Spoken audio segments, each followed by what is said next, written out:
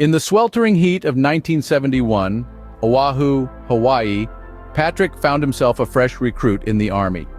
His days were long, filled with the ceaseless hum of military life and a new language, computer code. His role, he soon discovered, was not on the front lines of combat, but in the trenches of technology, a field equally as vital. Patrick's companion in this new world was a man named Ben. Ben was an experienced soldier who had seen the world, and now he served as Patrick's mentor. Ben and Patrick walking together in a forest, he introduced Patrick to his first assignment: tens of thousands of lines of problematic computer code. Close-up of computer screen showing lines of code. It was a daunting task, but Patrick found himself engrossed, reading the code like a captivating novel. Patrick sitting at a desk, focused on the computer screen. Off-duty, Patrick found camaraderie in the most unlikely of places. The snack bar became a meeting ground, a place to share stories and experiences. There was Paul, a man who found his way to the computer command not by skill, but by sheer determination. Despite failing a course in basic programming, the Army saw potential in him and put him to work on the Xerox machine. Then there was Vince, a soldier straight from the Bronx. To him, Oahu was a foreign territory, a world away from the streets he knew. He was Patrick's backup in the field, a man from a different world tasked with the same mission. As Patrick walked through the barracks, he saw men lost in their own worlds, playing poker, shuffling aimlessly. They brought with them a piece of their past, a stark reminder of the world outside the Army. Patrick's journey in the Army was not about combat or conquests, but about connections. It was about understanding different people, their histories, and their hopes. It was about reading computer code and finding solutions. It was about navigating a new world, one line of code, one soldier at a time.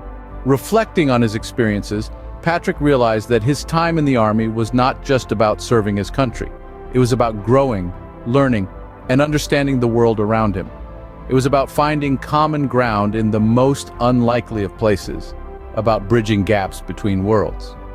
Patrick's journey was a testament to the power of connection, of understanding, and of perseverance. In the dimly lit lifeguard stand in Waikiki, Patrick and Colleen had a heart-to-heart. "You kept your promise to me all too well," Colleen confessed, her voice soft, yet filled with a sense of nostalgia and trust. Patrick, a man of few words and earnest emotions, asked, "All too well?" The question hung in the air, his mind trying to decipher the cryptic message behind her words. Colleen, ever the enigma, revealed her past fears and uncertainties. "Yes, all too well. About my trusting you. I didn't know then, when you'd already had chemo, that you were a sincere person. But I could tell later on, by the way you confided in me about her." Patrick, understanding her concerns, responded, "I knew as well. I appreciated you from the beginning, but a promise is a promise. We weren't ready for each other then. Maybe you knew a lot of hippie bums, and maybe I was too new here. As for Kimio, she had little time here, and so we had little choice but to accelerate our love by mutual agreement." Colleen, her heart heavy with the weight of the impending farewell, revealed, "I have 2 months left." The confession echoed in the silence of the night, like a prelude to a melancholic ballad. The conversation took a turn when Colleen suggested, "That time will be difficult, I know, if we have a love affair, but perhaps less so since we've seen ahead about it." Patrick, ever the realist, replied, "No, it will still be difficult after you leave. But love is worth it and should never be kept away, even for a day. 2 months is 2 months. Let us enjoy what we can of it together. My life is to be a beautiful quilt, it seems." "There is something you should know, though." Colleen, unbothered by the revelation to come, responded, "Doesn't matter. A minute should not pass without love. Oh, Patrick, I liked you and your Irish brownish red hair, and your adventurous spirit from the beginning." Patrick then revealed his secret, that he was in the Army. He was drafted as an instrument of war, a piece in the grand chessboard of global politics. Despite the hardships and the heartbreaks, he stood tall and chose to see the beauty in life, the beauty in love. At the end of their conversation, Colleen knew Patrick's secret, and nothing changed. Their love bloomed in the heart of Waikiki, under the moonlight and the stars. For them, love was not a fleeting emotion, but a promise, a bond that transcended the constraints of time and space. They chose to love, to live, and to create memories that would last a lifetime. 2 months of a lifetime, to be precise. And that is how their story unfolded in the lifeguard stand under the starry night of Waikiki. On a balmy night, in the lifeguard stand of Waikiki, a story of love, war, and freedom unfolds. Patrick, a soldier, finds himself in the company of Colleen, a woman he's been longing to reconnect with. As the waves crash against the shore, Colleen breaks the silence, confessing, "I brought these for you yesterday," pulling out a bag of potato chips, "when I was still afraid to come to you." The words hang in the air, a whisper of past tensions and unspoken fears. Patrick, taken aback by her honesty, can't help but ask, "Afraid?" His question echoes in the night, mirroring his own fears, his own uncertainties. Colleen replies, "Yes, Kimio just left 2 days ago."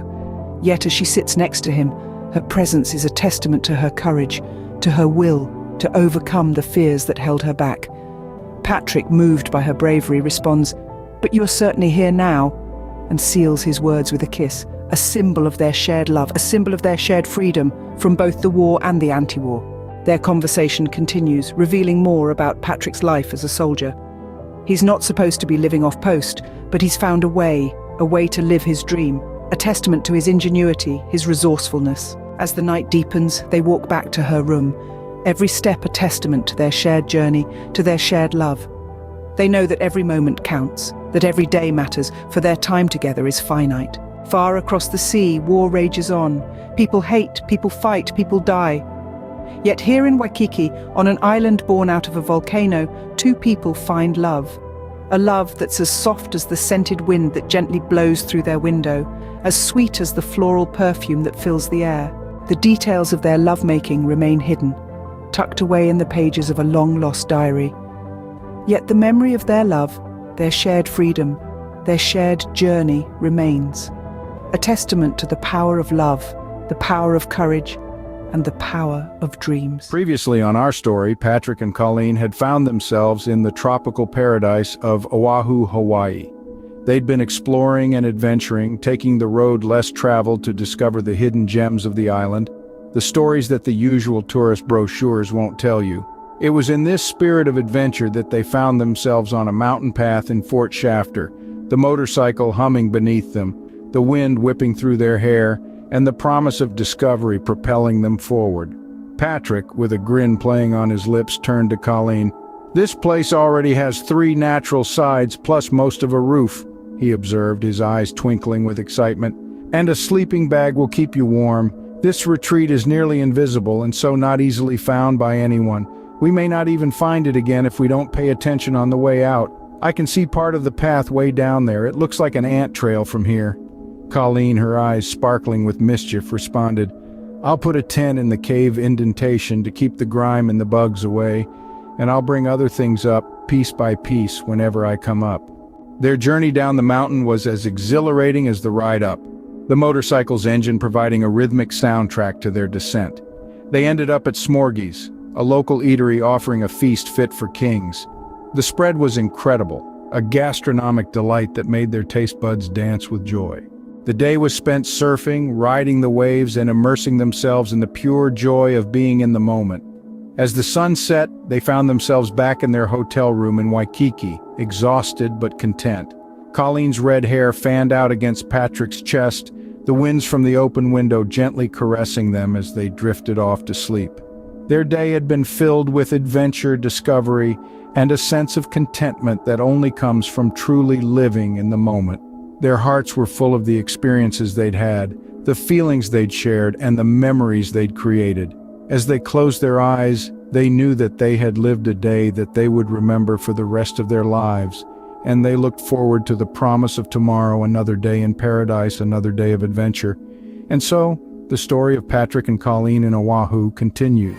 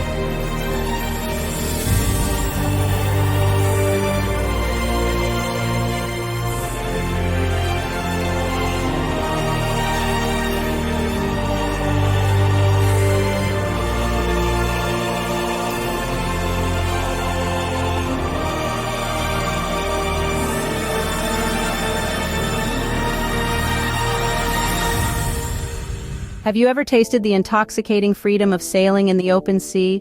Picture this. Patrick, an army man, and his girlfriend Colleen leave Oahu behind, embarking on a journey of discovery and adventure. Their first stop is the verdant island of Molokai. Imagine sailing across the azure Pacific, the wind in your hair, the sun on your face, and the sight of majestic humpback whales breaching in the distance. This is the life Patrick and Colleen are living. Colleen, a seasoned sailor, takes the lead, teaching Patrick the art of navigating the vast ocean.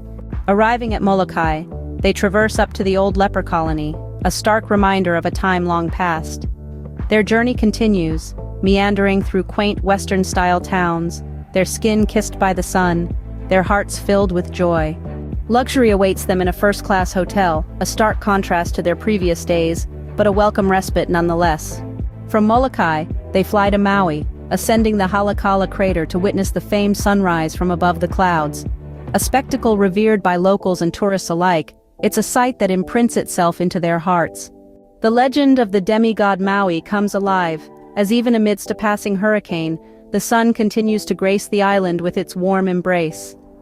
The sight of wild marijuana growing on the hillsides adds an element of surprise and delight to their adventure. Running low on funds, their journey takes a serendipitous turn. A chance encounter with a mushroom farmer leads to a few days of unexpected hospitality and camaraderie. They find themselves lost in time, indulging in the magic of the island and its unique flora. Their adventure on Maui takes them to the heart of Hawaii's agricultural treasures, the macadamia fruit. They learn why the nut is both a delicacy and a rarity, understanding the laborious process of extraction and the irresistible allure of its taste. As their journey nears its end, they return to Oahu, their hearts brimming with love and their minds filled with unforgettable experiences. They've tasted freedom, lived adventures, and found pearls of wisdom in the Pacific. Their journey is a testament to the beauty of exploration and the bonds it can forge. Their story is a testament to the power of love and the freedom it brings.